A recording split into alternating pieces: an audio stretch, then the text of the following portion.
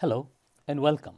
In this problem, we are given a block of solid that goes from state 1 to state 2, and info about each of these states are supplied to us. We have to find the change in the stored energy, change and the contribution to that stored energy from change in velocity, that is kinetic energy, and change in PE, potential energy. And we also like to do a what-if scenario involving if the final temperature is 500 degrees Celsius, how will that affect our answer? So it's a clear-cut system state problem. So obviously change in stored energy will be E2 minus E1, and we know what E is. The stored energy is given mass times specific stored energy. And the contribution of KE will be what? The change in KE is KE2 minus KE1, and we know this formula, and PE2 minus PE1 will be contribution of potential energy. So let's go and launch the appropriate test step to solve this problem. I have already logged in as a student, and the correct test step would be we want to evaluate state, obviously, and it's, in this case, it's a system state. The system goes from state 1 to state 2, pretty straightforward. So what we're going to do, we're going to launch the system state family of apps, and obviously SL model will be the right one because it's a solid, it remains a solid, and that's how we launch the app. First thing first, we go to the I/O panel and isolate all the given variables. We click on the I/O panel and let's create a list of given variables. We write a comment, we'll say given values, and let's start writing what we know about this problem. So we know that state 1, temperature is 30 degrees Celsius, velocity is 0. So let's go ahead and enter these values. So we will write temperature is T1 in degrees Celsius equals 30, if I'm correct. Vel 1 meter per second equals 0. See, if I do a calculate, it will format this code for me, and also the registered values, the values read will be showing up here. If there is an error, syntax error, that will be reported in the output panel. So I went ahead and I already, to reduce the time of this video, I entered all the given variables in this tab, in this panel. So you can see all these variables. If I do a calculate here, it will show that I haven't made a mistake in entering this, my syntax is correct. Now we go to the state panel and pick up these values. So we know temperature is given as equals T1 in degree C, but we have to make sure here degree C is selected. That's the default, that's a good news. Instead of a hard-coded velocity of velocity 1, we'll say vel 1 meter per second. And again, if I do a calculate here, these values will be read and registered. The green background means that.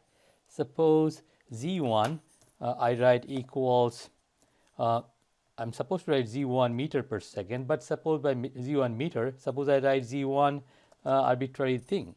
If I do a calculate, you will notice the background will become white, telling us that we don't know what this variable is. So the correct input will be Z1 meter. So you can see that from this given information, U has been calculated, E has been calculated, which is the stored, it is the stored specific energy. So if you go state 1 has been calculated, state 2 I have calculated here from the given information T2 degrees Celsius, and Z2 and vel 2 I put it in here. Even state 3, which is, I picked up the temperature 3, which is 500 degrees Celsius. Notice that if I put the pointer over a variable, its value will show up in this area. So for instance, if I see, notice the temperature of 500 degrees shown, velocity of 50 meter per second is shown, height of 50 meter is shown. So now that we have calculated all the states, we can start answering the what you wanted from us. So we can write a little comment. Part A of the problem is find change in stored energy. I mean, we could, instead of write, we can just start very simple. E1 kilojoule would be what? M1 star E1. Just to check, we can do a calculate, and the answer should be showing up here, E1 in kilojoules. Similarly, we can find E2 in kilojoules, M2 star E2. Notice M2, E2, etc. are picked up from state 1 and 2 and 3.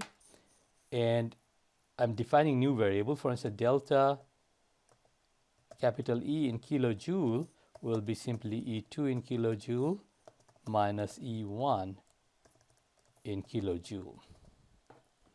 We do calculate, and therefore delta E has been found.